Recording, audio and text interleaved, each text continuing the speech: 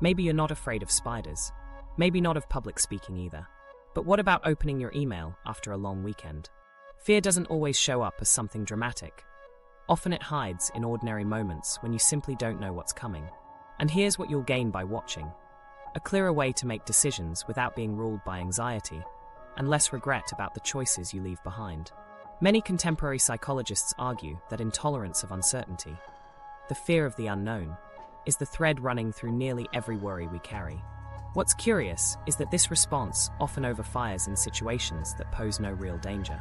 In the next few minutes, we'll explore why our brains are wired to treat everyday uncertainty like a threat, and one surprising reason this keeps happening even in the safest age in history: the paradox of modern fear. This puzzle brings us to what researchers call the paradox of modern fear.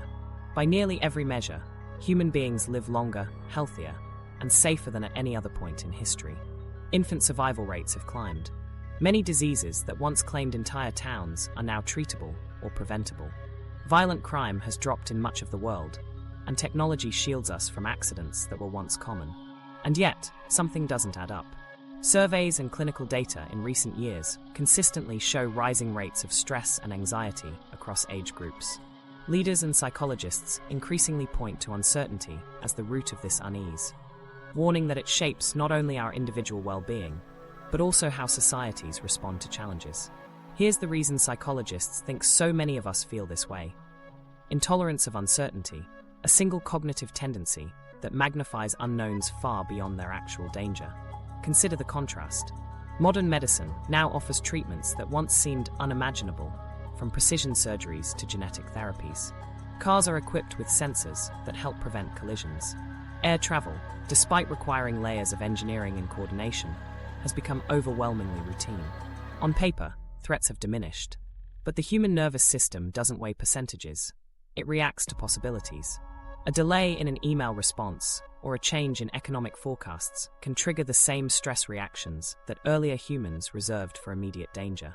Day-to-day life illustrates this disconnect with surprising clarity. A student might agonize for weeks about whether they chose the right field of study. An employee can spiral over the wording of an email, replaying it in their head as if a small misstep could choose the course of their career. Families, even when their basic needs are met, lose sleep over news of shifting job markets or shaky global economies. These fears rarely involve physical harm, but the body responds with racing hearts, knotted stomachs, and restless nights. Symptoms designed for survival in the wild, not an office cubicle or a classroom. Psychologists emphasize that uncertainty is not a harmless blank space. Research shows that people consistently rate uncertain outcomes as more distressing than even unfavorable, but known ones. This aversion reflects a deep bias.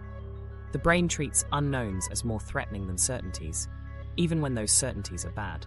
It's a tendency that once may have guarded us, but in a modern landscape filled with endless unknowns, it fuels cycles of dread. Imagine waking up to a silent phone screen. No new messages, no alerts. For some, that emptiness becomes a breeding ground for anxious speculation. Did I say something wrong yesterday? Is someone avoiding me? Could a loved one be in trouble? None of this is proven, yet the lack of clarity is enough to launch the body into alarm. In situations like this, it isn't bad news that overwhelms. It's the absence of information. The same pattern plays out in larger arenas.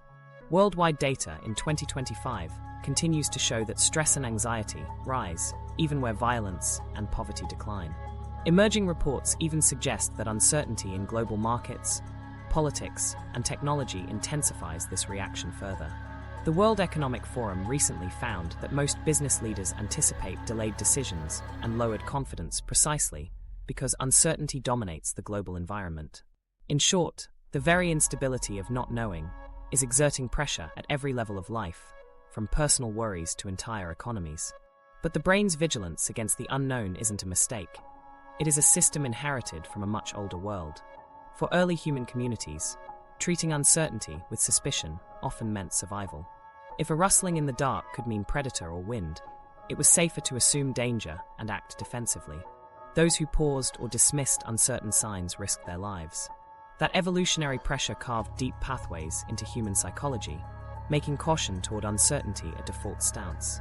The problem arises because the world we inhabit now operates on different terms. Threats are less often lurking in the bushes than embedded in algorithms, social expectations, or economic patterns. When an employee waits for a performance review, the body mounts the same chemical defense as an ancestor hearing animal noises outside a tent. The evolutionary code hasn't been rewritten. It mobilizes stress hormones and heightens vigilance whenever the outcome is unclear.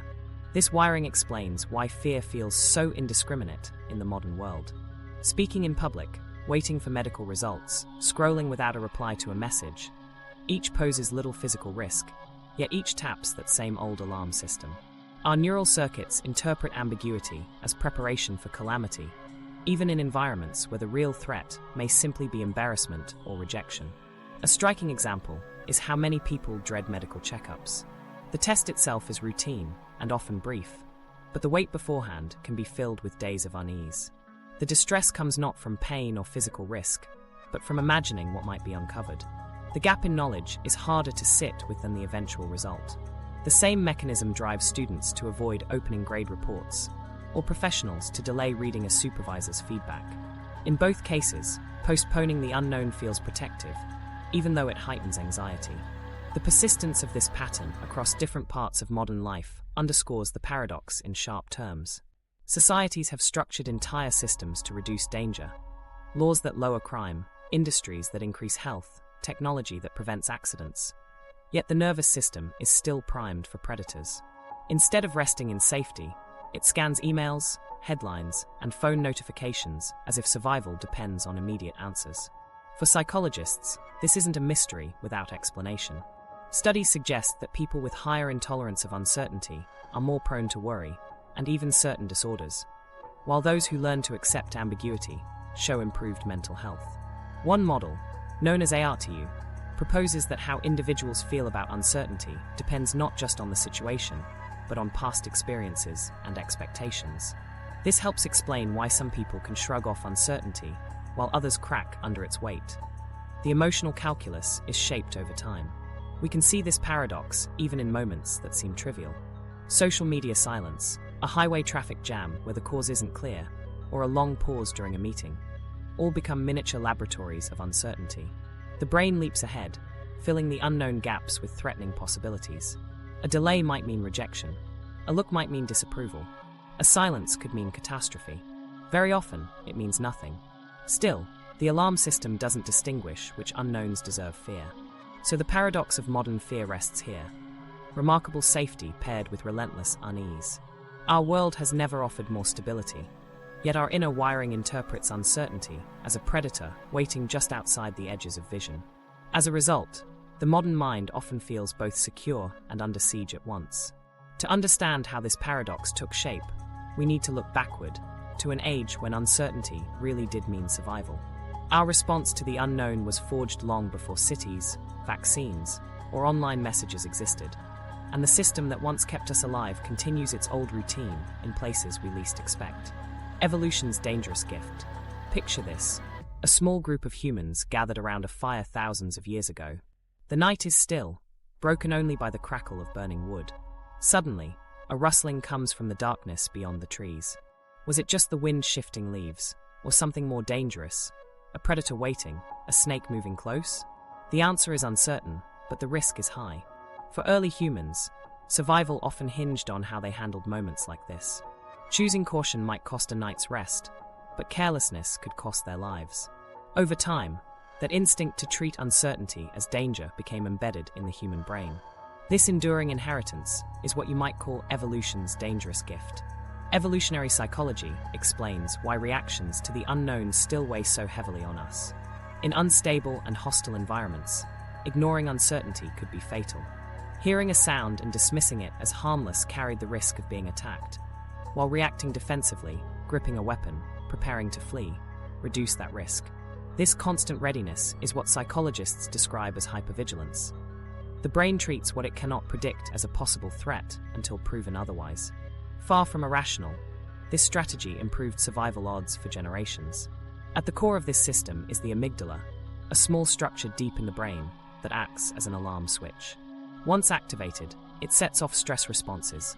Heart rate accelerates, focus narrows, and stress hormones like adrenaline and cortisol flood the bloodstream. These chemical surges primed the body for rapid action. Muscles ready to strike or run, senses sharpened to detect danger. In the world of our ancestors, fear of the unknown was less a nuisance and more an adaptive early warning system.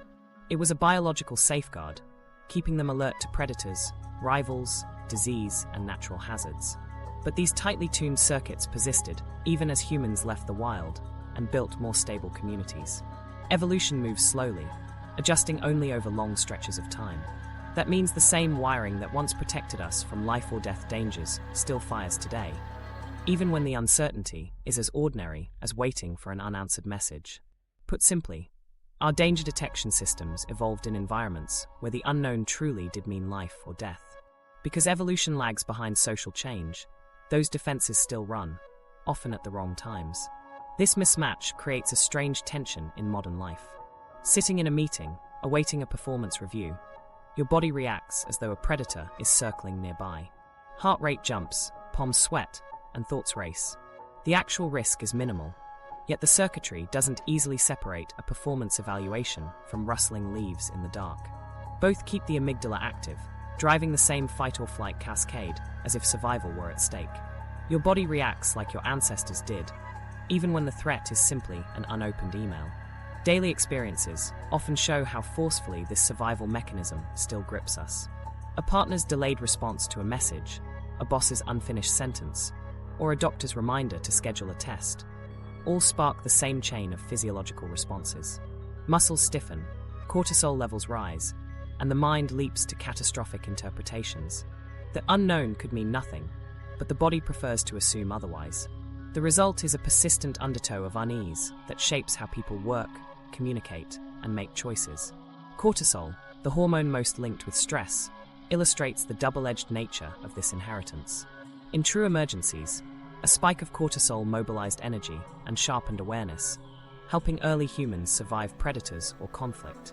Today, though, the same spike often comes from uncertain but safe situations. Waiting for grades, a late flight, a pause in a conversation. What once helped protect life now disrupts sleep, eats away at energy, and over time contributes to health risks like hypertension. This trade-off highlights the central irony.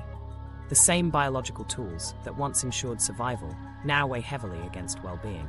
This system isn't selective about context. It reacts broadly to ambiguity. Whether a rustle in the bushes, a late text, or silence during a meeting, all of these trigger defenses honed in harsher times. For ancient humans, it was safer to assume the worst. Missing a predator could mean death. Overreacting only cost a little energy. In everyday life now, though, this broad sensitivity produces a flood of unnecessary alarms. We inherit a hyperactive system that makes modern uncertainty feel endlessly dangerous. One of the subtler consequences is how people interpret their anxiety. Many assume they are weak for reacting strongly to everyday uncertainties, but that view overlooks the biology behind the experience. Racing thoughts, faster heartbeat, shakiness. These are not signs of personal failure. They are evidence that the nervous system is still executing the same script that preserved our species. Knowing the evolutionary roots helps explain why awareness, telling yourself, "this won't kill me," rarely quiets the surge. That system was built for automatic reaction, not for calm analysis. This is why people find their hands sweating during a job interview or their chest tightening before public speaking. Evolution wired us for instant vigilance when information is missing or incomplete. The problem is not that modern anxiety is meaningless, but that the situations have changed while the equipment has not. Emails, reports, and conversations don't call for fight-or-flight strategies, yet the body launches them anyway. That is evolution's dangerous gift. An early defense now firing in spaces where the greatest threat is social judgment. Understanding this mismatch reframes the anxiety many feel. It shifts the picture from personal weakness to inherited wiring. Seen in this light, the challenge isn't to eliminate the response, but to recognize it and adapt. The system once sharpened spears and spurred escape. Now it makes people second-guess themselves, lose sleep, or avoid opportunities because the unknown feels unsafe. What guaranteed survival in one world has turned into an obstacle in another. The fear of the unknown did more than protect. It shaped behaviors across countless generations. It guided human vigilance, preserved small groups, and prevented extinction in hostile landscapes. Yet, In an age defined by technology, routine, and abstract choices, those same reactions contribute more to chronic stress than to survival. This is the cost of evolution's gift, protection transformed into burden. And this leaves us with a question that still grips psychology. If fear systems are tuned so strongly to uncertainty, why do some unknowns, like snakes or spiders, seem to provoke sharper reactions than others? The answer may not lie in being born with fixed fears, but instead in what uncertainty itself represents. The myth of innate fears. Most of us have heard the claim that humans are born with deep-seated fears of snakes or spiders. It feels intuitive. Many people recoil at the sight of them, so it seems logical that nature might have built that reaction into us. The story is simple. If our ancestors faced real dangers from these creatures, then surely fear must be hardwired as a kind of factory setting. But developmental research paints a more complicated picture. Studies show that very young infants do not consistently display phobic avoidance towards snakes or spiders. Instead, what they demonstrate is heightened attention to novelty. Unfamiliar shapes, movements, or patterns catch their eyes, but terror doesn't appear automatically at birth. This suggests the picture is less about innate phobias and more about how uncertainty itself gets interpreted through experience. When researchers place images of snakes or spiders in front of infants a few months old, the babies linger and look, their eyes widening as they track the unfamiliar shapes. But rather than showing fear, they treat these images with the same curiosity they show toward other novel objects. In fact, infants often reach toward what adults label scary, approaching it as something to explore. If a built-in fear were truly present, we would expect to see avoidance from the very beginning. Instead, avoidance emerges later, once toddlers pick up cues from their surroundings. Developmental studies confirm this pattern. Children may look a little longer or show alertness at snake or spider images, but strong fear only takes hold with social reinforcement. Consider one vivid example. A toddler spots a spider in the corner of a room. If left alone, they might crouch down and watch in fascination, perhaps even poking toward it with a toy. But if a nearby adult jumps back, gasps, or rushes to remove the spider, the child learns to match that alarm with the creature itself. Over time, this association builds stronger until the spider becomes synonymous with threat. What appeared to be an inborn fear reveals itself instead as a learned response, passed down through social modeling. That one reaction has far more weight than the spider's shape. It teaches the child how to interpret ambiguity. Snakes follow a similar course. Some are dangerous, of course, but not all. Even so, humans often treat snakes as universally fearsome. Experiments show that unless adults supply fearful expressions or words, children exposed to snakes do not automatically panic. They may notice the snake quickly. Our eyes are tuned to respond faster to snake-like patterns than to neutral ones, but noticing is not the same as fearing. In cultures where snakes are part of daily life, where adults don't respond with panic, fear levels are noticeably lower. This cultural variation challenges the notion of an automatic, universal fear and reinforces a different conclusion. We inherit an attentional bias towards certain stimuli, but fear emerges through how uncertainty is taught and reinforced. Caution toward novelty appears to be the actual starting point. Psychologists note that infants typically begin showing hesitation around unfamiliar objects or strangers in the latter half of their first year, once they are mobile and more capable of exploring independently. This timing matters. A crawling infant benefits from slowing down when faced with something new, whether it's a patterned toy, an unusual face, or a small animal. That initial wariness is not the same as fear. It's a built-in pause, a way of asking, "What is this, and how should I act?" If adults respond with calm curiosity, the child may follow suit. But if adults inject alarm, the child's caution tips into fear. What begins as an open question becomes a learned script. This mechanism explains why so many supposed innate fears vary so much across societies. In some cultures, spiders are viewed as harmless background creatures, even useful. In others, they are symbols of danger. Phobia rates mirror this divide. If spiders or snakes triggered preset panic across all humans, we would expect fear to show up everywhere in equal measure. Instead, fear levels change depending on exposure, attitude, and modeling, signs that learning plays a larger role than genetics. The broader principle is clear. Humans are not born with an exact list of things to fear. They are born prepared to treat the unknown with caution, and then culture, family, and individual experience fill in the details. Even those biological sensitivities, our ability to spot snake-like patterns or our tendency to focus more closely on moving creatures, do not amount to phobia on their own. They function more like early warning systems, directing attention to things that might deserve closer inspection.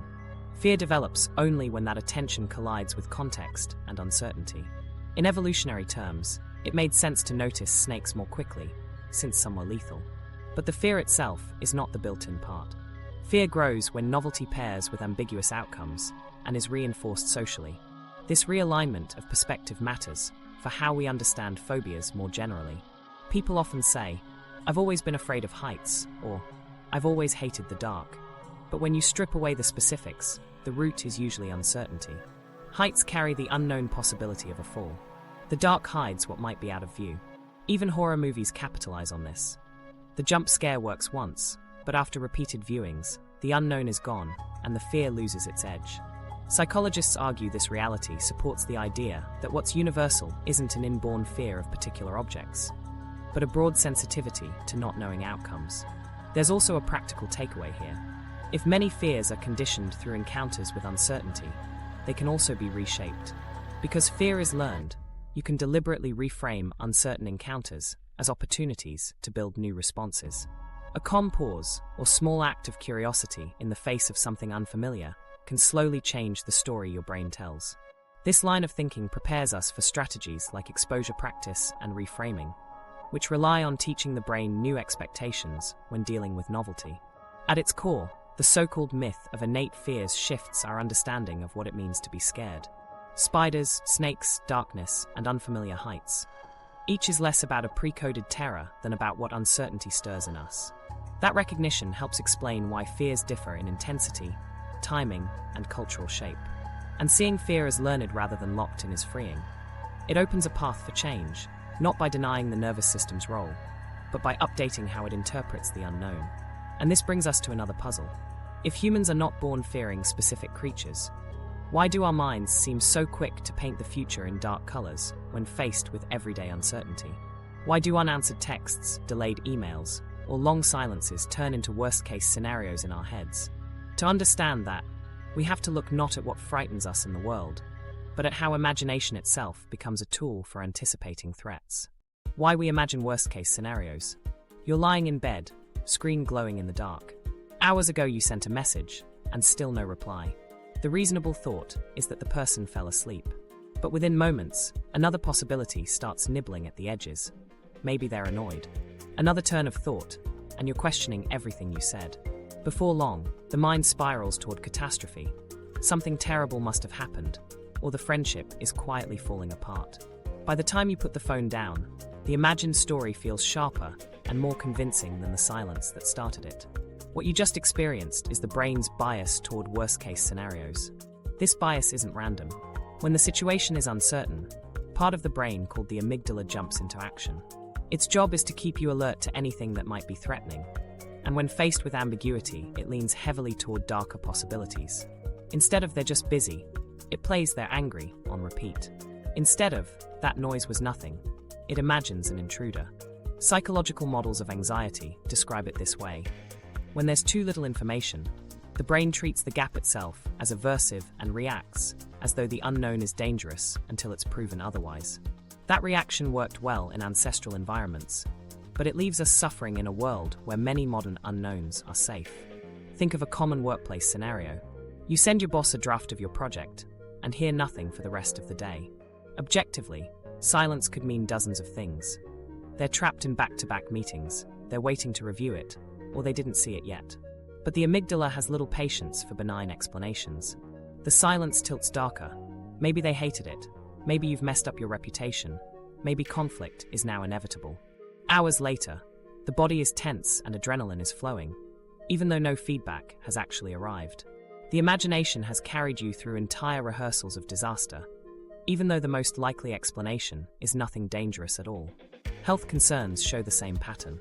A lingering headache could easily come from eye strain or dehydration. Rationally, you know that. Yet the mind so often gravitates toward more threatening explanations. It must be a serious illness, something irreversible.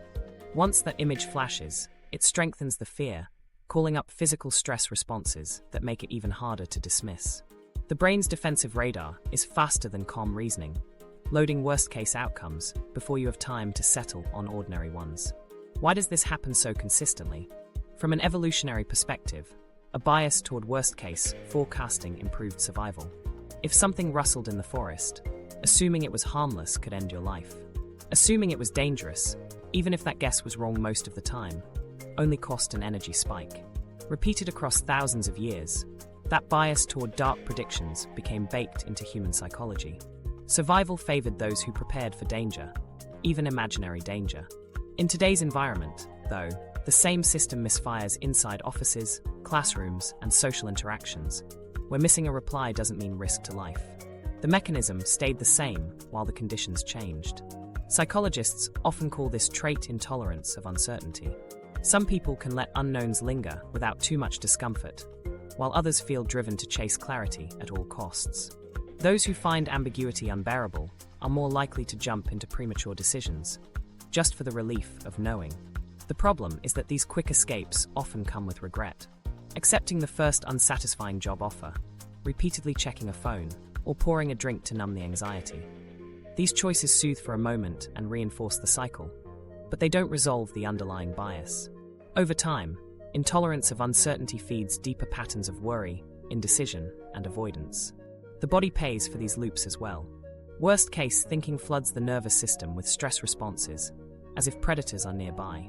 Heartbeat quickens, palms sweat, vision narrows, digestion slows, all the classic signatures of fight or flight.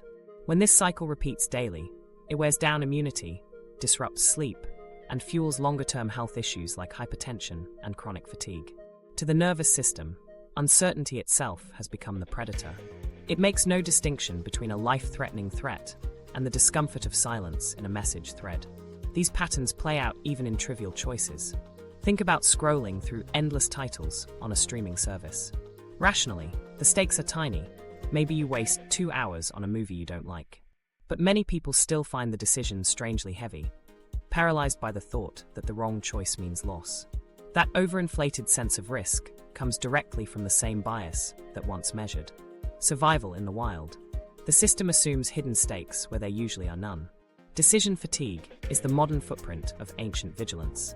There are, however, moments when worst-case forecasting still carries value. Imagining a job interview going badly may push you to rehearse answers, prepare documents, and anticipate tough questions. The preparation can improve outcomes. At the same time, the downside is clear. Your body simulates disaster in full detail before the event even happens. Stress rises, sleep suffers, energy is drained. The system's heavy-handed style leaves you better prepared but more exhausted, a trade-off that's difficult to manage. Understanding this mechanism, why the amygdala favors dark possibilities under uncertainty, offers a way to reinterpret anxiety. The catastrophes your mind shows you are not accurate predictions. They are outputs of a biological design built for another world. Recognizing that the first story will likely be negative helps you stop treating those first stories as truth. And while we cannot stop the amygdala from firing under ambiguity, we can build strategies to cut short its grip. We'll return to specific, research-backed techniques later that reduce the power of these worst-case loops without trying to dismantle the brain's protective systems entirely. This persistent cycle of forecasting worst outcomes frames how uncertainty shapes not just small worries, but life's larger choices. Negative predictions can trap people in ruts of hesitation or push them to reach for security, even when that security leaves them unfulfilled. And it's in these pivotal decisions, where the unknown weighs heavily on the future, that this ancient bias becomes most striking. Fear of the unknown in careers. Picture being faced with a pivotal choice in your professional life. On one side lies a familiar option, a secure job with steady pay and clear expectations. On the other side is something less predictable, starting your own venture, retraining in a new field, or testing the waters of an unfamiliar role that excites you. In theory, decisions like these are about weighing risks and rewards with logic. In practice, research shows many people lean heavily toward the safer path, not because it aligns with their deepest values, but because the uncertainty of the alternative feels intolerable. Psychologists emphasize that uncertainty is not neutral. It produces discomfort that often outweighs the promise of future fulfillment. For many, the goal in career decision-making becomes less about pursuing meaning and more about reducing anxiety in the present. Instead of asking, what role would bring me closer to who I want to be? The mind floods with what-ifs. What if I fail? What if others disapprove? What if I can't recover from a mistake? These doubts push people toward predictable routines, even when those routines slowly drain enthusiasm. Familiar dissatisfaction often feels preferable to the stress of the unknown. The cost of this trade-off appears in long-term patterns of stagnation. Surveys on workplace psychology consistently find that dissatisfaction is linked less to the difficulty of the work itself and more to the absence of growth or coherence. A person may hold on to a well-paying role for years, all the while feeling restless or detached, because leaving seems reckless. The structure of the job provides certainty, but that same predictability leaves little room for meaning. Over time, the fear of stepping outside the known turns into the heavier weight of regret. Regret not for specific failures, but for opportunities never taken. Indecision only compounds the cycle. Intolerance of uncertainty, a cognitive bias where ambiguity causes acute emotional strain, often leads to paralysis in career-related choices. Someone might painstakingly complete applications or line up new contacts, only to hesitate at the final step. Never pressing submit on forms, cancelling phone calls at the last minute, or agreeing to a position quickly just to escape the limbo of not knowing. These behaviors ease anxiety in the short term, but often cement outcomes misaligned with true interests. Avoidance offers relief at the cost of future engagement. Recent findings reinforce the importance of tolerating uncertain phases. A 2025 review in the European Review of Social Psychology showed strong links between comfort with temporary unpredictability and greater career satisfaction. People willing to navigate unsettled stretches, even when uncomfortable, were significantly more likely to find roles aligned with their values and aspirations. What distinguished these individuals was not fearlessness, but their framing of uncertainty. They treated it as a temporary state, not an unbearable one. Managing ambiguity, rather than fleeing from it, proved a reliable predictor of fulfillment. This relationship is clearer when viewed through the lens of meaning.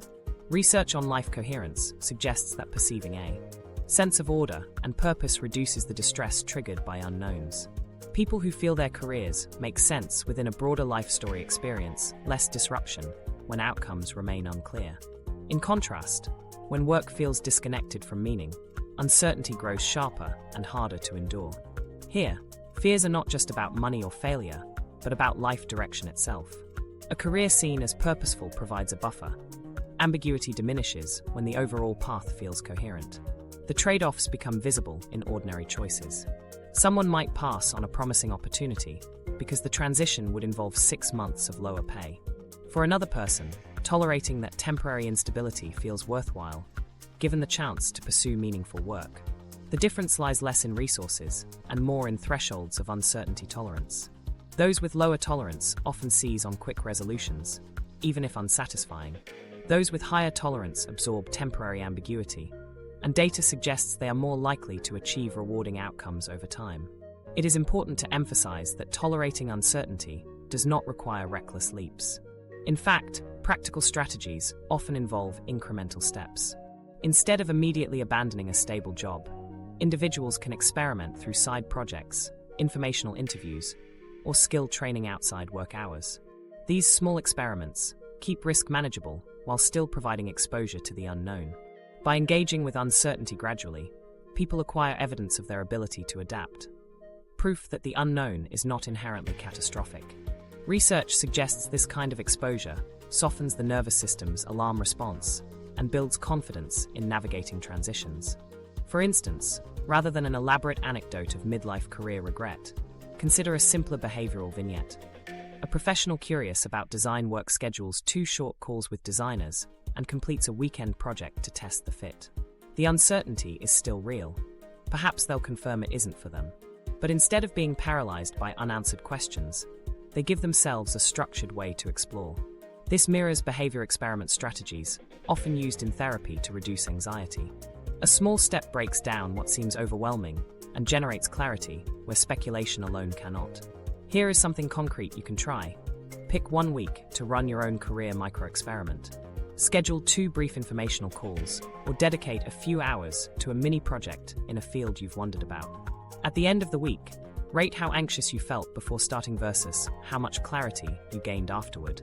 This exercise echoes evidence-based techniques in cognitive behavioral approaches, reducing the grip of uncertainty by replacing avoidance with active testing.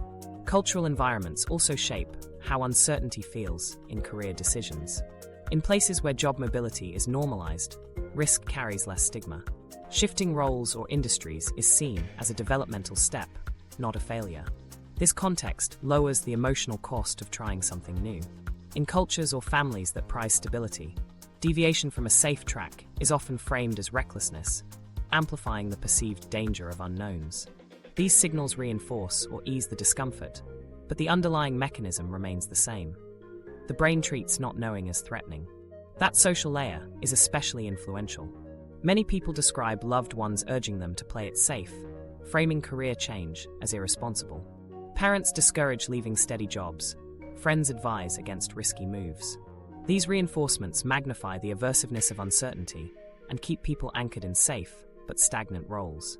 Yet studies show that individuals who endure the unease and pursue better-fitting careers frequently report higher levels of satisfaction and psychological health years later.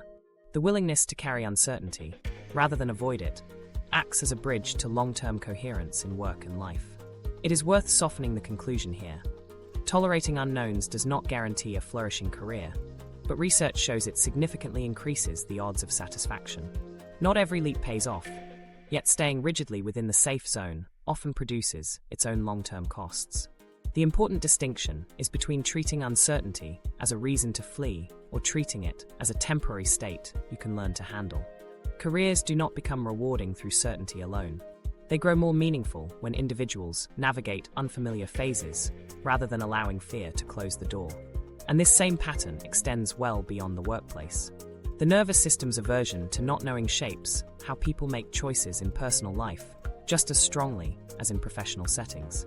In fact, one of the most common places uncertainty shows its power is not in careers at all, but in the decisions people make about whether to stay or leave intimate connections. Fear of the unknown in relationships. Fear of the unknown shows up with particular intensity in relationships, where emotions, trust, and self-worth are deeply entwined. Romantic bonds are inherently uncertain. People change, priorities shift, and futures are unwritten. Yet many individuals find themselves holding on tightly to what is familiar, even when dissatisfaction runs deep. The discomfort often isn't about the partner or the dynamic itself, but about the blankness that would follow if things ended. It is not simply loss they fear, but the unpredictable aftermath that comes with letting go. This reliance on stability in love reflects the same psychological bias we see in other arenas. A preference for the known, even when it is unpleasant, over the possibilities wrapped inside ambiguity. People often endure relationships that no longer feel alive because the idea of being single, searching again, or restructuring identity feels unbearable. Predictability, however meager, can be comforting. In this way, fear of uncertainty operates as a barrier, keeping people tethered not to affection but to familiarity. Attachment patterns add another layer to this story. Psychologists describe attachment not as fixed fates, but as enduring styles that influence how individuals perceive uncertainty in relationships. For some, those with anxious tendencies, ambiguity heightens the drive for reassurance. Silence or inconsistency from a partner feeds worries of abandonment, making even a strained connection feel safer than open-ended ambiguity. For others, those with avoidant patterns, closeness itself summons unfamiliar vulnerability. Intimacy can feel unpredictable, so distance becomes a protective strategy.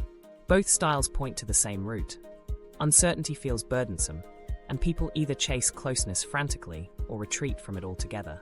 The irony is that relationships cannot survive without some unpredictability. Intimacy develops not through complete control, but through adapting together when life delivers unexpected turns. Partners take new jobs, relocate, pursue unfamiliar interests, or face unforeseen stresses. Couples that thrive are not those who eliminate change, but those who accommodate it. Demanding constant stability, no new ambitions, no surprises, may soothe anxiety in the short term, yet it often suffocates curiosity and growth. And without growth, connection weakens little by little. Research points to a protective factor here: meaning. Couples who create coherent narratives about their shared story tend to weather uncertainty with more resilience. Seeing the relationship as part of a larger purpose, raising children, supporting mutual goals, or simply building a life of shared values, provides a kind of map. Ambiguity still enters, but it doesn't feel as destabilizing. The unknown is absorbed into a broader sense of continuity. In this way, shared meaning acts as a buffer, allowing partners to hold steady even when the future feels unsettled. Dating culture introduces its own form of uncertainty, with technology amplifying both opportunity and anxiety. Apps promise endless options, but that abundance breeds its own paralysis. The sheer number of profiles makes choice dizzying, and the lack of closure, left swipes, unanswered messages, indefinite pauses, lengthens the fog of not knowing. Studies consistently report that many young adults feel overwhelmed rather than liberated by the volume of possibilities. And research highlights a modern twist. Teens and young adults describe social media as both connective and harmful, underscoring how digital relationships magnify ambiguity instead of easing it. Fear of missing out intensifies this loop, making every interaction seem like a gamble against unknown alternatives. Social media comparisons compound the stress further. Polished images of happy couples celebrating milestones create doubts that echo quietly. Is my bond enough, or am I missing an experience others already have? For some, every like or comment on shared posts becomes a fragile attempt to resolve uncertainty through reassurance. But that reassurance is fleeting, and often leaves deeper doubts beneath the surface. Instead of intimacy feeling safe, it becomes tied to digital validation, vulnerable to online measures that shift daily. At the heart of these examples is a single pattern: intolerance of uncertainty. Small pauses in communication or brief stretches of distance become exaggerated, interpreted as rejection or betrayal. For people who cannot sit with ambiguity, each gap demands urgent meaning. The tactics vary, clinging tighter, withdrawing preemptively, or seeking constant reassurance. But the core is the same. The unknown is framed as threat, and responses form around trying to escape it. Recognizing this pattern is the first step toward easing its grip. Research suggests that resilience in relationships grows when partners invite novelty in manageable doses. Instead of demanding predictability, they expand their tolerance little by little. This doesn't require dramatic upheaval. It can be as modest as experimenting with one unfamiliar activity a month, visiting a new cafe, learning a skill together, or exploring a place neither has seen before. These small unknowns build comfort with unpredictability in a safe context. By practicing curiosity rather than avoidance, partners retrain their responses to change. The exercise is not a cure, but it is an experiment that begins to reshape how the nervous system interprets uncertainty. Consider how this principle contrasts with relationships that avoid novelty altogether. Couples that resist any deviation from routine eventually find sameness erodes vitality. In contrast, those who allow room for surprise stay better, equipped to face larger transitions. When an unexpected job change, relocation, or conflict arises, they are already accustomed to moving through uncertainty as a team. These couples demonstrate that comfort with the unknown is not about eliminating fear. It's about building trust in the process of adaptation. The need for control, however, still complicates matters.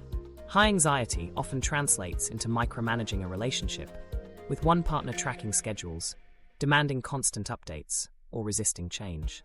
While the impulse comes from trying to reduce ambiguity, the result is paradoxical. Efforts to neutralize unpredictability strain the connection, creating distance rather than safety. Over time, this rigidity weakens the very bond the person hopes to protect. Here again, the unknown proves unavoidable. Controlling every detail cannot prevent the unpredictability built into partnership. Healthy intimacy, then, depends less on removing uncertainty and more on cultivating resilience around it. Couples who acknowledge ambiguity, respond flexibly, and construct shared meaning report higher satisfaction and stronger security in the long run. Those who cling to predictability at all costs may avoid transitional discomfort, but often face longer-term dissatisfaction and mistrust. Fear of the unknown feels immediate and persuasive, yet it obscures the opportunities relationships provide for joint growth and renewal. This cycle reveals how central unpredictability really is to modern love. It shows up in fading bonds that linger, in anxious habits that seek reassurance, in avoidant strategies that hold intimacy at arm's length, and in digital landscapes that overwhelm with possibility. Over and over, the same signal emerges. Uncertainty pushes people into patterns that feel protective, but often work against them. And this dynamic doesn't stop with partners or friends. Tools designed to connect us, especially the devices we check dozens of times a day, convert uncertainty into a constant loop of waiting and guessing. What begins as seeking closeness can become another arena where the unknown intrudes, not through silence in a room, but through a screen in our hand. Social media, the new unknown factory. Open your phone, tap a familiar app, and upload something simple. A short caption, a picture, maybe a clip you enjoyed. Then you wait. The first refresh shows nothing, so you glance again a few seconds later. A tap at the top of the screen produces a new like. Another refresh, and maybe a comment appears, or maybe nothing at all. Each swipe promises the chance of validation, but never guarantees it. In design terms, this isn't far from a slot machine. Every pull could disappoint, reward, or surprise. Psychologists note that social media copied this very system, relying on what's called a variable reinforcement schedule to capture attention. The suspense alone becomes the fuel that keeps you checking. The power of variable reinforcement is simple but ruthless. When rewards arrive unpredictably, the brain's reward system lights up more strongly than if the outcomes were consistent. That's why people sit for hours in front of slot machines. You never know when the next win might come. Platforms like Instagram, TikTok, and Facebook replicate that pattern with likes, comments, and shares that arrive in bursts, not steady flows. You can't forecast when feedback will land, so your brain keeps you engaged, pressing for the next uncertain payoff. Each time, a small release of dopamine reinforces the habit. The unpredictability doesn't just enhance the reward, it wires the checking behavior into daily life. A 2018 study by researchers at the University of Pennsylvania offered experimental confirmation. Limiting Facebook, Instagram, and Snapchat to short, fixed daily windows significantly reduced loneliness and depression. Cutting back on unpredictable feedback improved well-being in a measurable way. Every burst of approval, those short-lived spikes of attention, triggers a brief lift in mood. But the mechanism is most powerful precisely because outcomes vary. 10 likes lose their effect once they become predictable, but a mix of silence, criticism, and sudden praise keeps anticipation alive. This cycle turns the unknown into a psychological hook. The discomfort of wondering what might appear next keeps people tethered to their screens, refreshing again and again. Instead of enjoyment, much of the behavior becomes an attempt to escape the tension that unpredictability creates. And the uncertainty doesn't just surround our own posts. Much of compulsive scrolling comes from scanning for what others are doing, what opportunities, parties, or milestones might be happening elsewhere. Fear of missing out, or FOMO, is really another expression of intolerance of the unknown.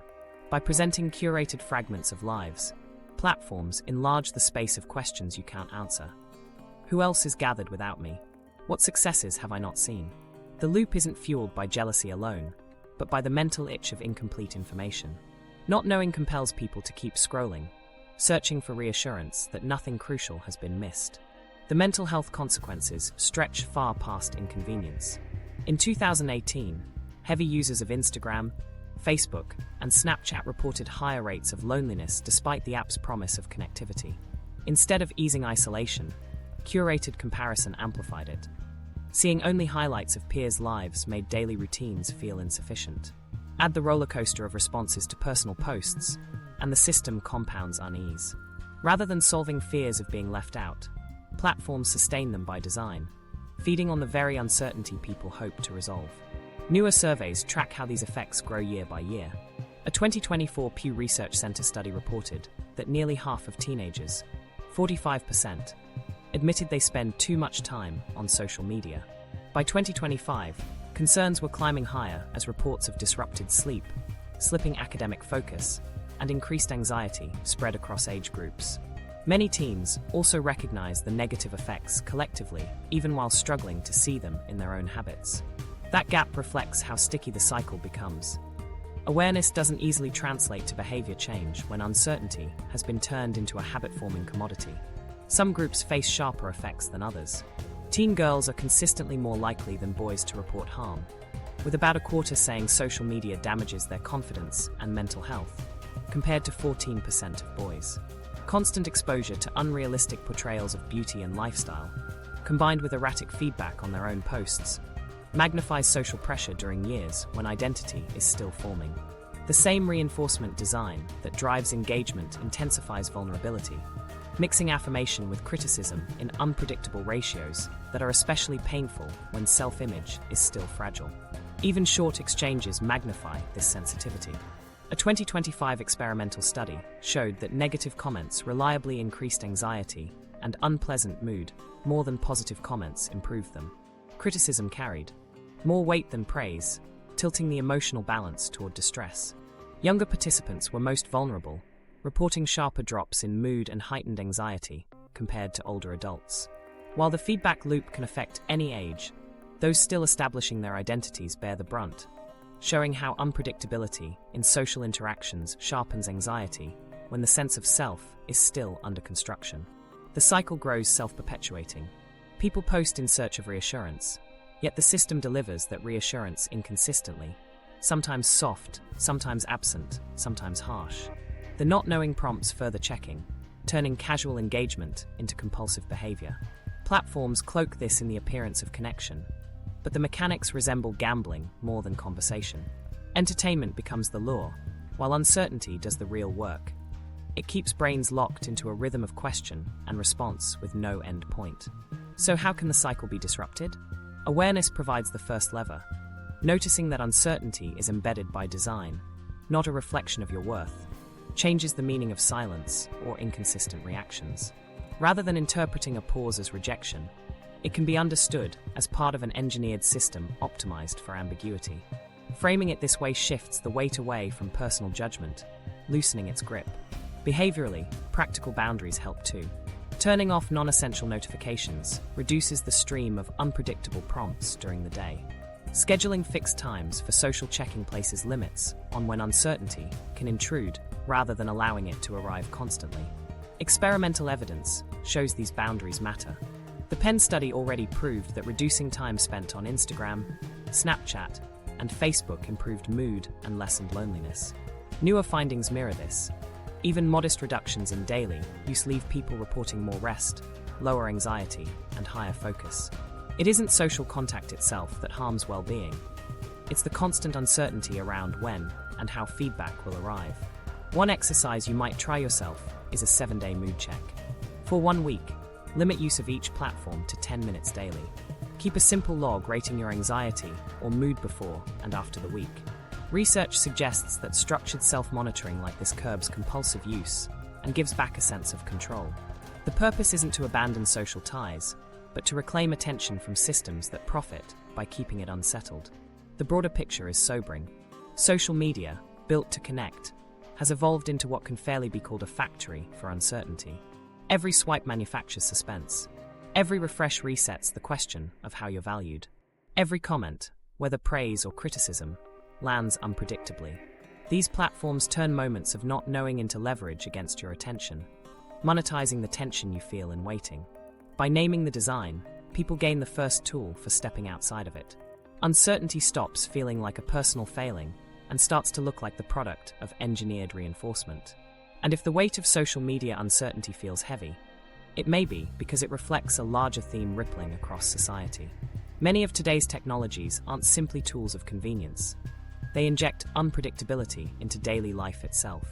Few developments embody this more than the rise of artificial intelligence, a change many now see not as a technical shift alone, but as a new and pressing face of the unknown. AI and the rising fear of future uncertainty. Artificial intelligence now writes essays, produces computer code, reviews medical images, and even assists in hiring and financial decisions. These capabilities appear in news headlines almost daily, framed either as breakthroughs or as warnings about jobs and industries in jeopardy. For some readers, this feels like progress. For others, it feels like entering uncharted territory with no map. AI carries unusual weight as a symbol of the unknown because it is both powerful and opaque. People see its outputs but not its inner workings. The result is a blend of fascination and unease that reflects, more than anything, our discomfort with not knowing where the technology will lead. Surveys from 2024 and 2025 show this pattern clearly. When individuals are asked what unsettles them most about AI, they rarely cite the machine itself. Instead, they point to what they cannot predict. Will their skills remain relevant? Will critical decisions, who gets a loan, who gets hired, what counts as truth online, depend on algorithms they cannot question? This sense of uncertainty outweighs the concrete evidence of disruption. The change seems to arrive in sudden leaps. Tools once dismissed as chat curiosities are soon woven into workflows across industries. For many, the speed with which capabilities appear makes the ground feel unstable. Each development raises further unknowns before the last one has been fully processed. Fear systems are designed to flag unpredictability as potential threat, so it is not surprising that AI assumptions skew dark. Most people cannot see how large models process data, so the imagination fills the gap. Instead of focusing on an AI system that helps scan an X-ray, people jump to scenarios of mass job displacement or autonomous machines taking control. The details inside the black box are hidden, and what cannot be explained becomes a stage for worst-case forecasts. Psychologists note that this opacity makes AI an especially potent trigger of fear of the unknown dynamics. The mind responds to absence of clarity with speculation, often tilted negative. History shows a parallel pattern. Industrial revolutions have always introduced waves of uncertainty. Machines once threatened jobs, electricity inspired fears of danger, and the early internet was described as destabilizing before it became ordinary. The difference with AI is that its activity is largely invisible. A steam engine could be studied and understood. AI produces text, images, and decisions through statistical patterns invisible to most users. You can see the results, but not the process, and that invisibility amplifies ambiguity. The daily uses often look ordinary. Customer service chatbots answering questions, or software flagging anomalies in scans. But when seen only through sweeping headlines, the technology appears mysterious and uncontrollable. Economists echo this tension. Polls and economic briefs highlight uncertainty as a dominant theme of today's global environment, frequently citing technology shifts like AI as contributors. Analysts point to potential benefits: faster efficiency, accelerated innovation, and human augmentation, but also to risks such as disinformation, concentrated corporate power, and disruption of entire business models. What stands out is not agreement on outcomes, but recognition that too much remains indeterminate. No clear prediction can tell workers where effects will land first, and leaders admit they must plan for futures that look unstable. For individuals, this uncertainty becomes personal when filtered into everyday questions. Will my role still exist? Will my children study for professions that vanish by the time they graduate? The complexity of AI also leaves decision-makers cautious. Commentators warn that relying on static models creates blind spots in rapidly changing conditions.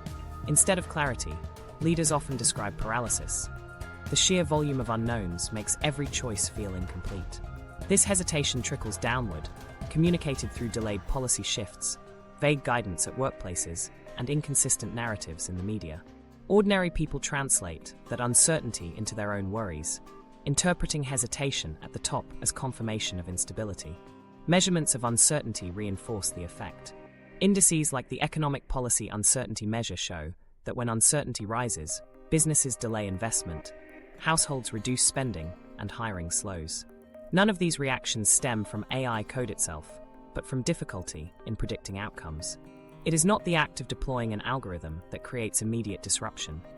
It is the inability to forecast ripple effects that guides behavior. Fear emerges less from what machines do in the present than from what they might destabilize tomorrow. Still, AI introduces itself into daily life in modest ways. Doctors rely on it to double-check diagnoses. Airlines apply it to fine-tune routes. Students use it to draft outlines or practice problem-solving. In specific, visible use cases, fear often subsides because the application feels contained. What sustains unease is the chasm between these ordinary encounters and dramatic forecasts that millions of jobs could vanish. That gap between tangible, understandable applications and abstract risks leaves people caught between reassurance and dread. The generational divide makes this clearer. Many young adults adopt AI readily as a study resource, using it for research help or feedback. Yet the same group voices high anxiety about its career impact. They wonder whether the very fields they studied will be hollowed out within years. Their concerns are shaped less by what AI is now than by what cannot be known about its trajectory. Older workers often tell a different story. They worry about whether they can keep pace, not about present tools. Their fear focuses on unknown requirements, which retraining programs to trust, which skills will lose value, and whether they will remain employable as systems evolve. Both forms of anxiety stem from the same trigger, the absence of certainty. The uncertainty is not confined to employment. People describe fears about disinformation, skeptical of whether images or voices online are genuine. Here the threat is not merely that false material exists, but that individuals cannot confidently tell true from false. Once again, ambiguity cuts deeper than the information itself. Doubt spreads through trust, eroding confidence in relationships, institutions, and media. For societies that rely on trust to function, this corrosion provokes wider unease than even the technical feats of the tools. Despite this, sources of reassurance exist. Observing concrete, ordinary applications of AI, medical screening tools, traffic flow systems, fraud detection, helps reframe the technology as one instrument among many. Research suggests that anxiety diminishes when people anchor on specifics rather than abstractions. Practical coping strategies highlight how individuals can reclaim agency. Learning relevant skills to feel adaptable, limiting exposure to sensational headlines, and building confidence by setting achievable goals. Medical News Today and Help Guide alike recommend skill development and careful news consumption as constructive ways to reduce stress tied to uncertainty. These steps do not answer every question about the future, but they shift the focus from helpless waiting to active preparation. AI is not the only arena where this process unfolds. It stands as the most recent symbol of an older cycle, the clash between human need for predictability and technologies that create open questions faster than answers appear. Fear grows not because of the tools alone, but because of the unknown paths they open. The challenge becomes navigating decisions when information is incomplete, futures are blurred, and choices carry weight without clarity. That situation is familiar beyond technology. The same human tendency to anticipate the worst under uncertainty reappears in personal and professional crossroads. Whether choosing work, relationships, or identities, the most important decisions are rarely the most transparent. And it is this paradox, our biggest steps covered in the thickest fog, that raises a broader question about how anyone can act confidently without perfect knowledge. Decision-making under uncertainty. When people face choices that carry lasting consequences, uncertainty plays an overwhelming role. Careers, relationships, and questions of identity rarely present themselves with clean answers. Each option arrives wrapped in ambiguity, making the risk of choosing feel just as heavy as the risk of refusing to decide. This is the essence of decision-making under uncertainty. The need to act without enough information to guarantee which path will truly serve you best. Behavioral research explains why these decisions feel so fraught. People often overweight the possibility of losses when confronted by ambiguous outcomes. Psychologists describe this as a predictable bias. The pain of losing stability or security usually weighs more heavily than the potential joy of future gains. Think of someone considering a career change. Even if the new opportunity promises meaning and growth, the thought of losing steady income or status strikes the nervous system more forcefully. The imbalance pulls many toward the safer, if uninspiring, option. This pattern reflects what Herbert Simon called bounded rationality. Human decision-making constantly operates under limited information. So rather than searching endlessly for perfection, people rely on simplified rules and satisfice. Bounded rationality means people do not calculate every possible outcome, and instead lean toward choices that feel safe enough, even if those choices leave much on the table. This preference towards safety intensifies when choices multiply. The pressure to not make a mistake grows stronger as the range of potential losses expands. Decision paralysis often follows. A student faced with several university offers can feel overwhelmed not simply by the options themselves, but by the uncertainty about hidden consequences, future friendships, careers, or regrets. The same applies to everyday moments. A professional might keep a job offer unopened, rehearsing endless scenarios rather than committing. Paralysis is not laziness. It is the nervous system's way of protecting itself from unknown risks, even when inaction itself brings costs. Even small choices illustrate the same pattern. Selecting a film at the end of the day should feel trivial, yet streaming platforms often turn relaxation into scrolling fatigue. Faced with dozens of options, comedies, dramas, documentaries, people search anxiously for the best pick. The cost of choosing poorly is no more than an average evening. Yet the brain still hesitates in the same way it does with larger questions. Uncertainty, whether about the trajectory of a career or the quality of a movie, uses the same circuitry. The difference lies only in scale. The system delays commitment in the hope of eliminating risk, even though perfect information never comes. Modern conditions make this problem sharper. Technology expands the range of possible lives we can imagine. Past generations often chose among a handful of local roles. Now careers appear across industries worldwide, each advertised with different forms of advancement. Relationships stretch across apps and social networks with seemingly boundless potential partners. Relocation can place a person anywhere on a map. With choices multiplied, the unknown multiplies too, and with it grows hesitation. The paradox is unavoidable. More opportunity increases freedom, but also makes the decision-making process heavier. Ambiguity magnifies another effect commonly observed: the sense of losing out on foregone possibilities. Choosing one path closes off others, and the disappearance of those alternatives feels like loss even if the person would never have pursued them. This perception of lost futures drives many to avoid final commitments. Young adults often describe the desire to keep doors open, even when the cost is stepping through none. They perpetually hold their options in suspension, unable to accept that certainty about outcomes is unattainable. Against these pressures, psychological research offers strategies. One simple yet profound approach builds on Simon's idea of satisficing. Rather than chasing the impossible best, satisficers ask whether an option meets core criteria. If it satisfies major needs, security, growth, congruence with values, they choose it. The standard is not perfection, but adequacy aligned with priorities. This modest framing reduces paralysis by lowering the stakes. Instead of calculating every possible trajectory of success or failure, satisficers step forward once the bar of good enough is met. Research shows they often report higher satisfaction, not because outcomes are flawless, but because the endless search for perfection is not allowed to dictate action. Consider someone choosing between two job offers. Both provide stability, both align with long-term goals. A maximizer might spend weeks agonizing over which could be marginally better in 20 years, fearing that the wrong pick means catastrophe. A satisficer, by contrast, decides once core conditions are met: a fair salary, learning opportunities, acceptable culture. The choice still involves uncertainty about the future, but the unknown is accepted as part of reality. By anchoring expectations around sufficiency rather than perfection, movement replaces paralysis. This does not mean people should leap recklessly. It means decisions can be structured to allow learning rather than demand complete foresight. One way to do this is through small experiments. Make a choice, gather the results, then update.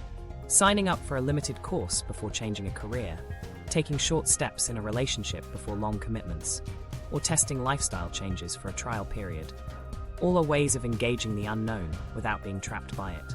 This iterative style of decision-making, consistent with bounded rationality, acknowledges that humans act in stages. You observe, act, learn, and adjust.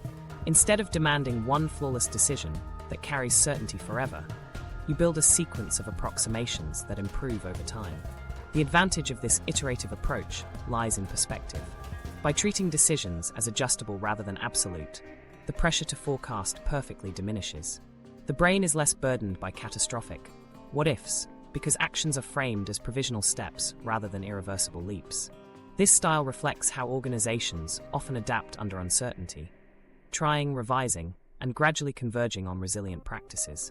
Applied at the personal level, the principle curbs paralysis and builds tolerance for ambiguity. It normalizes the fact that clarity often comes after acting rather than before. Crucially, none of these frameworks eliminate the discomfort of uncertainty. Lost signals remain vivid, hesitation still emerges, and unknowns still press against the mind. But strategies shift how individuals respond. Instead of freezing when risks feel open-ended, they structure choices in ways their psychology can handle. Choosing sufficiency, staging commitments, reframing what it means to close off alternatives. This is not the eradication of fear, but the calibration of behavior in its presence. The point is not to imagine decisions someday becoming clear and easy. Human cognition will always be bounded. The world will always offer more possibilities than anyone can evaluate. Anxiety around imperfect knowledge is therefore not a flaw to cure, but a feature to learn to navigate. By drawing on satisficing and iterative approaches, people reduce the weight of the unknown without pretending it can vanish. In careers, relationships, or the everyday trial of making daily plans, the same principle holds.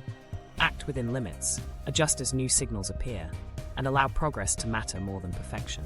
Discovering these strategies does something important.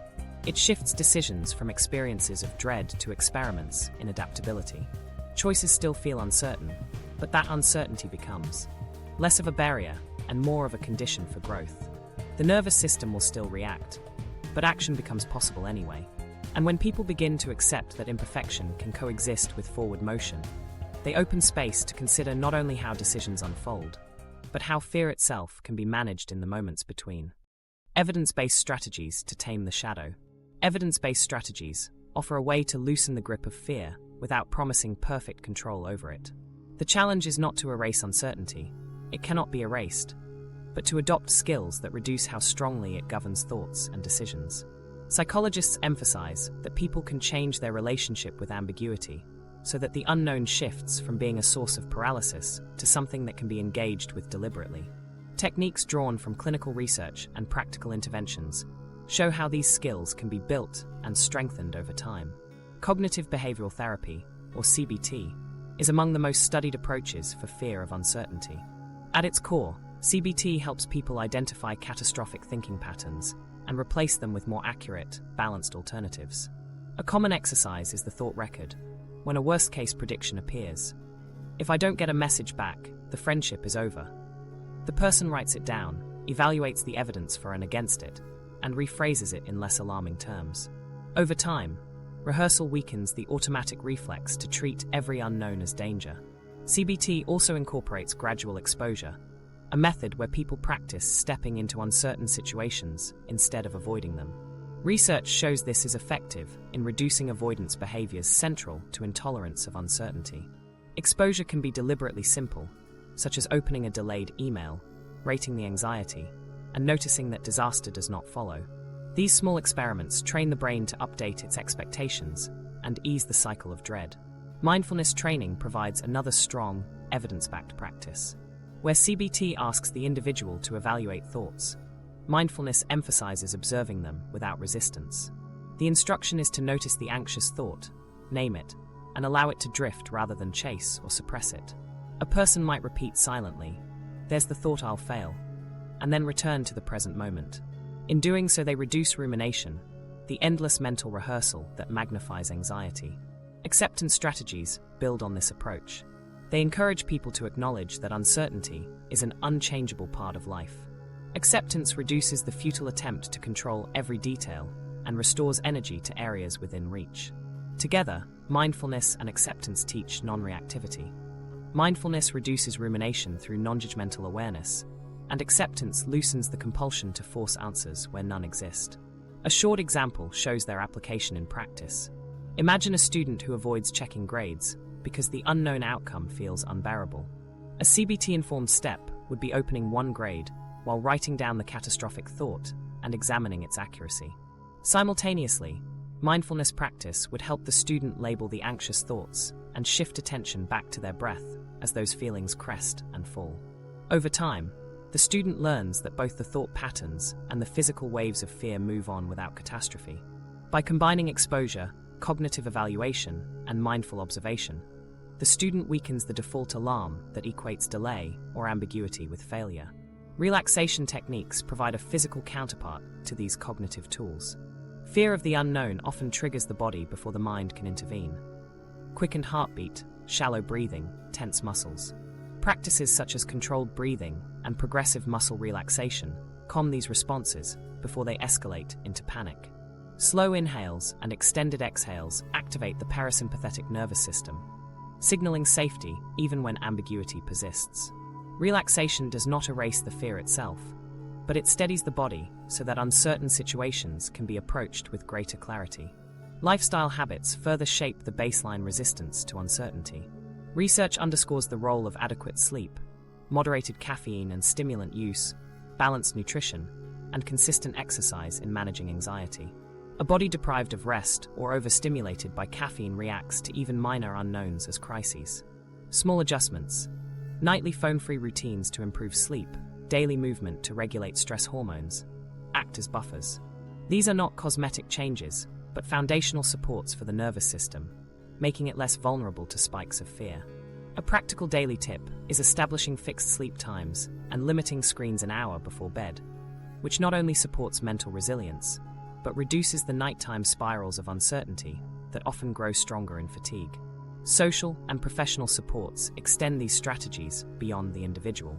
Counseling gives structure to CBT and mindfulness exercises, helping people adapt them to personal triggers. In group or peer contexts, sharing experiences normalizes the struggle and combats the isolation that uncertainty tends to breed. Simply hearing others describe the same racing thoughts or the same hesitation to act reduces shame. Support builds permission to treat fear not as a private flaw, but as a shared human condition that can be managed. Confidence-building practices add another layer. Uncertainty feels less overwhelming when people trust in their ability to adapt. One way to cultivate this confidence is through modest challenges with no guaranteed outcome, but low stakes. Trying a new recipe, traveling a route without GPS, or taking on a small project outside one's expertise. All provide tangible records that uncertainty can be faced and managed. Over time, these records accumulate into a counterweight against the reflexive belief that unknown equals unmanageable. The person shifts from, "I can't handle it," to, "I've handled it before." Focusing on controllable elements is an equally practical strategy. When the future feels opaque, whether it is concern over job stability or over global events, people who redirect energy into concrete steps report less helplessness. Instead of fixating on whether a market will collapse, energy can be aimed towards saving money, building skills, or expanding a professional network. The fear does not disappear, but its scale shrinks once action is taken in areas still under personal influence. This sense of agency recalibrates the role uncertainty plays, making it smaller relative to visible progress. An often overlooked but significant addition is cultivating meaning. Studies suggest that when people experience their life as coherent and purposeful, uncertainty provokes less distress. A sense of comprehension. This fits into a larger story I can understand. Acts as a mediator, reducing the anxiety associated with unpredictability. For example, someone choosing a difficult career path may still face unknown outcomes, but if the choice fits within a meaningful narrative of contribution, the uncertainty feels endurable. Meaning allows ambiguity to be integrated rather than rejected. This perspective adds a deeper resource beyond techniques. It situates uncertainty within frameworks of values and stories that make life feel connected. Evidence-based strategies also benefit from being framed as daily practices, not one-time solutions. A few practical exercises include deliberately opening a delayed message and rating anxiety on a scale to practice exposure, keeping a brief thought record each time catastrophic thinking arises, noting distortions and rebalancing, setting consistent evening routines that reduce erratic sleep and phone use, and trying a social media limit test. Restricting daily app use to a short window, then recording mood changes over the week. All are grounded in clinical and experimental findings, from cognitive therapy research to studies on digital habits and mental health. It is crucial to clarify what these strategies promise. Improvement is often gradual, and the goal is to reduce the power of fear rather than eliminate anxiety altogether. Ambiguity will still spark nerves, job interviews will still bring racing thoughts, and uncertain headlines will still raise tension. But practice ensures those responses are not overwhelming. Each tool, cognitive, behavioral, physical, social, or existential, weakens the automatic connection between uncertainty and alarm. Collectively, they provide a way to walk forward without being dragged by dread. Psychologists stress that these tools are cumulative. CBT alters thought patterns, exposure reduces avoidance, mindfulness softens rumination, acceptance curbs futile control, relaxation calms physiological arousal, lifestyle habits strengthen resilience, social supports offer validation, and meaning gives coherence. No single method resolves the fear of the unknown. Together, they reshape how heavily it weighs on decisions. The progress people notice is not sudden peace, but a steady shift. Uncertainty feels less dangerous, choices feel more possible, and fear begins to sit in the background rather than dictate the foreground. The larger truth is that fear will not vanish. It remains part of the equipment of being human. What changes is how firmly it directs us. Evidence-based strategies teach that uncertainty need not close doors. It can coexist with progress, managed with practical tools and supported by purpose. By adopting these practices, people learn not to silence fear, but to live without bowing to it. And that prepares the ground for a broader reflection about what role fear of the unknown plays in the choices everyone makes, day after day, whether acknowledged or not. Fear of the unknown runs quietly through daily life. It shapes hesitation before career shifts, the pause before ending relationships, and the unease of waiting for outcomes you cannot yet see. But the same force that unsettles us also opens the door to progress. Growth often begins exactly where clarity is missing. The next time uncertainty stirs anxiety, ask yourself, am I afraid of the situation? Or simply afraid I don't know? That small shift reframes ambiguity. Practice tolerance for small unknowns to give yourself access to big possibilities. What one small unknown could you experiment with this week?